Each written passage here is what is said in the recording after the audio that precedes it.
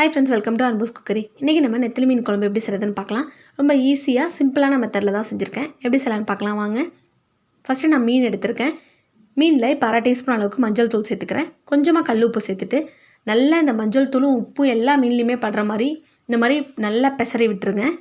நல்லா இந்த மாதிரி கலந்து விடும்போது உங்களுக்கு அதில் இருக்க ஸ்மெல் இல்லாமல் இருக்கும். நல்லா கலரி விட்டதுக்கப்புறமா ஒரு 10 நிமிஷம் இதை நல்லா ஊற வச்சிடலாம். இது அப்படியே ஊறட்டும். ஃபஸ்ட்டு நம்ம குழம்புக்கு புளி ஊற போட்டுக்கலாம். ஒரு எலுமிச்சம்பழம் சைஸ் அளவுக்கு புளி எடுத்திருக்கேன். அதை தண்ணியில் நல்லா ஊற போட்டேன். இப்போ ஒரு கடாயில் 2 டேபிள் ஸ்பூன் அளவுக்கு எண்ணெய் சேர்த்துருக்கேன். 1/2 டீஸ்பூன் அளவுக்கு கடுகு சேர்த்துருக்கேன். கடுகு நல்லா பொரிஞ்சதுக்கப்புறமா 1/2 டீஸ்பூன் அளவுக்கு வெந்தயம் சேர்த்துக்கிறேன்.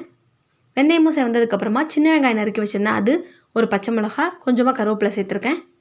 இப்போ ஃபஸ்ட்டு வெங்காயத்தை நம்ம நல்லா கண்ணாடி பதம் அளவுக்கு வதக்கினா போதும். ஃபஸ்ட்டு நல்லா வதக்கிக்கலாம். வெங்காயம் வதங்கினதுக்கப்புறமா இதில் 1 டேபிள் ஸ்பூன் அளவுக்கு நான் விளக்கெண்ணெய் சேர்த்துக்கிறேன். ஃபஸ்ட்டே நீங்கள் சேர்த்துட்டிங்கன்னா உங்களுக்கு கடுகு சரியாக பொரியாது. பொரியலன்னா அது ஒரு மாதிரி கசந்த மாதிரி இருக்கும். அதனால் இப்போ சேர்த்துக்கிறேன்.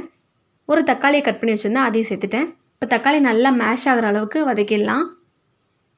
தக்காளி வதங்கட்டும். அதுக்குள்ளே நான் புளியை நிறையாவே தண்ணி சேர்த்து கரைச்சி வச்சுருக்கேன். ஏன்னா உங்களுக்கு குழம்பு கொதிக்கும் போது அது கெட்டியாயிடும். இப்போ தக்காளி வதங்கினதுக்கப்புறமா நம்ம கரைச்சி வச்சுருக்க புளி தண்ணியை சேர்த்துட்டேன். புளி தண்ணி சேர்த்ததுக்கப்புறமா இதில் நம்ம மசாலாம் சேர்த்துக்கலாம். 1/2 டீஸ்பூன் அளவுக்கு மஞ்சள் தூள், 1 டேபிள் ஸ்பூன் அளவுக்கு நான் மிளகாய் தூள் சேர்த்துருக்கேன். 2 டேபிள் ஸ்பூன் அளவுக்கு குழம்பு மிளகாத்தூள், 1 டேபிள் ஸ்பூன் அளவுக்கு மல்லித்தூள் சேர்த்துருக்கேன். ஏன்னா உங்களுக்கு மீன் குழம்புனா கொஞ்சம் காரமாக இருந்தால் தான் நல்லாயிருக்கும். இப்போ இதுக்கு தேவையான அளவுக்கு உப்பு சேர்த்துட்டு நல்லா இந்த மசாலில் இருக்க பச்சை வாசனை போகிற அளவுக்கு கொதிக்க வச்சிடலாம்.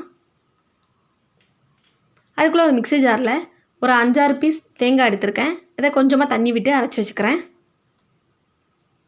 இப்போ பார்த்திங்கன்னா உங்களுக்கு நல்லா குழம்பு கொதிச்சு அந்த மசாலோட பச்சை வாசனைலாம் போயிடுச்சு. இந்த ஸ்டேஜில் நம்ம அரைச்சி வச்சுருக்க தேங்காயையும் சேர்த்துட்டேன். நான் தேங்காய் சேர்த்ததுக்கப்புறமா உங்களுக்கு குழம்பு எந்த கன்சிஸ்டன்சியில் வேணுமோ அந்தளவுக்கு தண்ணி சேர்த்துக்கோங்க.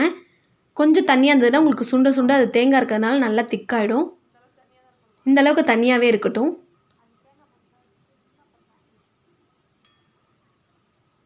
இப்போ குழம்பு ஒரு கொதி வரப்போது. இந்த ஸ்டேஜில் நான் மாங்காய் சேர்த்துக்கிறேன். மீன் குழம்புனாவே மாங்காய் சேர்த்திங்கன்னா தான் நல்லாயிருக்கும். இப்போ மீனை நான் நல்லா 10 நிமிஷம் ஊற வச்சதுக்கப்புறமா 2 தடவை வாஷ் பண்ணி எடுத்துட்டேன். இப்போ பார்த்திங்கன்னா உங்களுக்கு மாங்காய்லாம் வெந்து மேலே வருது பாருங்கள். இந்த ஸ்டேஜில் நம்ம மீனை சேர்த்துடலாம். இந்த மீன் உங்களுக்கு உடனேவே வெந்துடும். ரொம்ப நேரம் வேக வைக்கணுன்ற அவசியம் கிடையாது. இப்போ மீன் சேர்த்ததுக்கப்புறமா உங்களுக்கு ஒரு கொதி வந்தோடனே 2 நிமிஷம் அடுப்பில் லோ ஃப்ளேமில் வச்சுருந்துட்டு உடனே ஆஃப் பண்ணிவிடுங்க.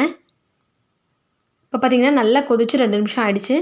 நான் இப்போ அடுப்பை ஆஃப் பண்ணிவிட்டு மேலே கொஞ்சமாக கொத்தமல்லி தூவி இறக்கிட்டோம்னா நம்மளோட சூப்பரான மீன் குழம்பு ரெடி ஆகிடுச்சு. எப்போவுமே மீன் குழம்பு கொஞ்சம் சீக்கிரமாக வச்சுட்டு ஊற வச்சு சாப்பிட்டிங்கன்னா ரொம்பவே டேஸ்ட்டாக இருக்கும். மீன் சேர்த்ததுக்கப்புறமா உடனே கரண்டி வச்சு கலக்கிடாதீங்க. அவ்வளோதான், நம்மளோட மீன் குழம்பு சூப்பராக ரெடி ஆகிடுச்சு. நீங்களும் இதை ட்ரை பண்ணி பாருங்கள். தேங்க்யூ ஃபார் வாட்சிங் ஃப்ரெண்ட்ஸ்.